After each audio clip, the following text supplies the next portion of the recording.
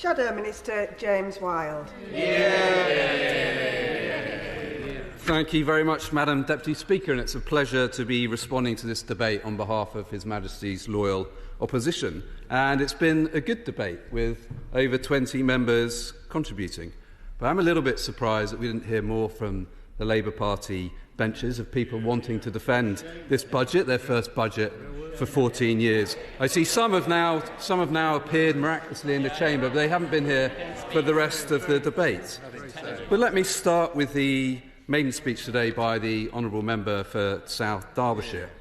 And I join others in congratulating her on an excellent maiden speech. And with her tech background, I was interested to hear about Samantha's spotting map. And she mentioned the influence of her daughter. And family is very important in overcoming what she talked about, the instant loathing some people can take to MPs. Although I have to say, in my experience, it hasn't been as bad as some people might fear. So I hope that's just me. Yeah, thank you. And we all appreciate her kind words about Heather Wheeler's work, and I'm sure she'll continue that vent on manufacturing with Rolls-Royce and the other world-classing businesses in her constituency. And I know from my own personal experience she'll enjoy the AFPS scheme with the RAF, so I hope she does do so. In terms of speeches from other honourable members opposite, there was familiar themes which the whips will be very pleased to hear. Lots about fixing the foundations and black holes. Although the honourable member for Macclesfield, who I can't see at the moment, did concede it wasn't a perfect budget. Maybe he's been taken away by the whips on reflection.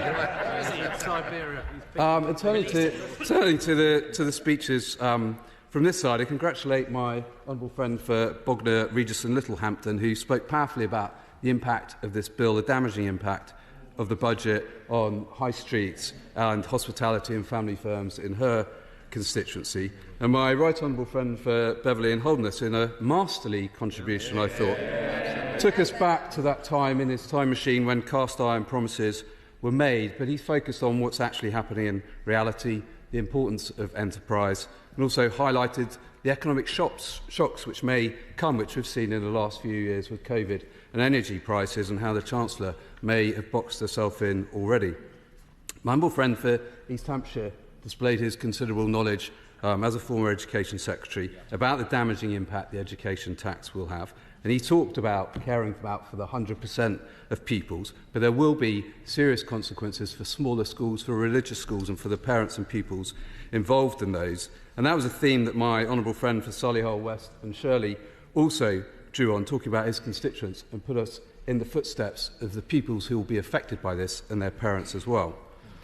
And my honourable friend for Gordon and Buchan returned to her consistent theme about the real-world consequences for energy firms from the energy profits tax and the lost revenue, the self-defeating nature of this measure itself.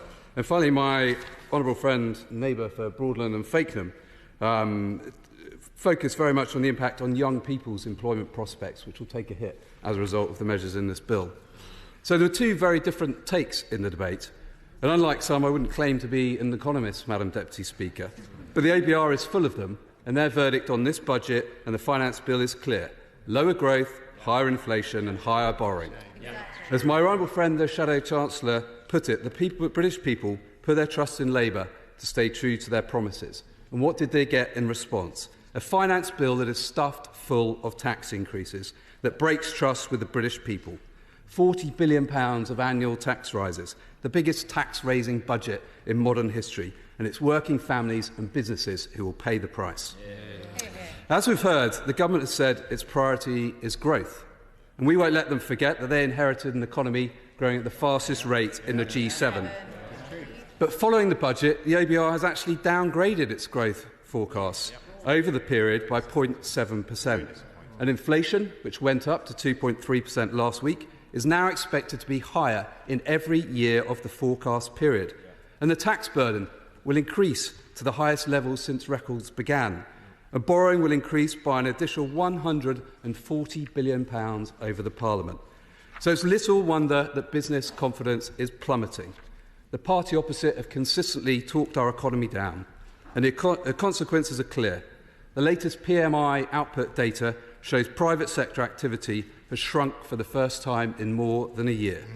Businesses are rightly blaming the Chancellor and his anti-aspiration, anti-enterprise government.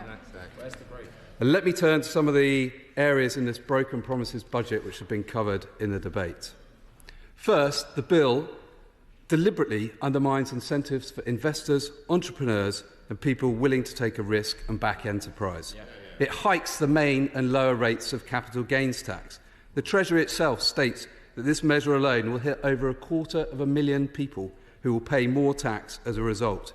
It puts up tax rates on investor relief.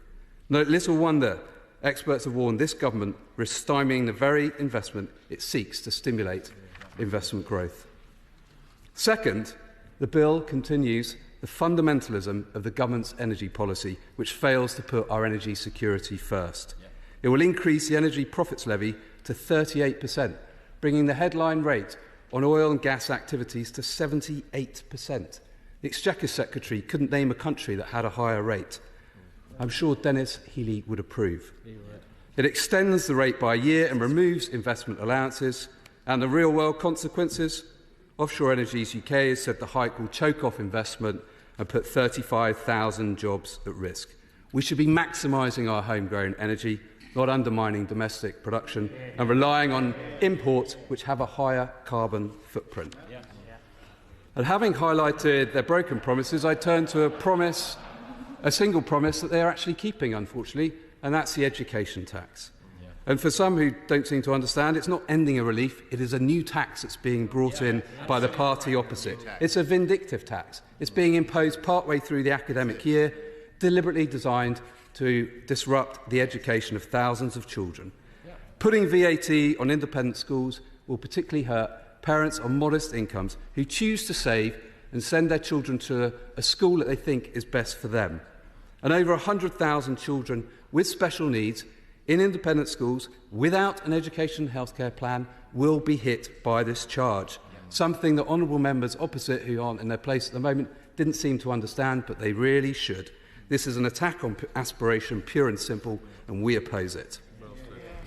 Other honourable members have referred to the family farm tax, and we'll have an opportunity next week. Every member will have the opportunity to vote and show whether they stand with their farmers or whether they stand with Labour's family farm tax that will do so much damage to our countryside and food security. As I mentioned in my opening remarks, the consistent theme in this debate from opposition members has been blaming a fancy black hole for this tax increasing bill. Claims which have been thoroughly debunked by the OBR and were by the Shadow Chancellor in his opening remarks. And before the election, the Chancellor said she wouldn't pretend not to have known the state of public finances in order to justify tax rises. Then she just did that. So let's hope she meant what she said to the Treasury Select Committee on the 6th of November, and I quote, "We've now set the envelope for spending this Parliament. We're not going to be coming back with more tax increases or indeed more borrowing." There we have it. Read her lips. No more tax increases. That was a commitment to this House, not to the CBI, to this House. But at Prime Minister's questions today, the Prime Minister failed to repeat that pledge. He hung the Chancellor out to dry. And if the Chancellor breaks this promise, how can she credibly continue in post? Madam Deputy Speaker, Labour inherited the fastest growing economy in the G7. Inflation at target, unemployment halved, the deficit halved. They may not like it, but it's true.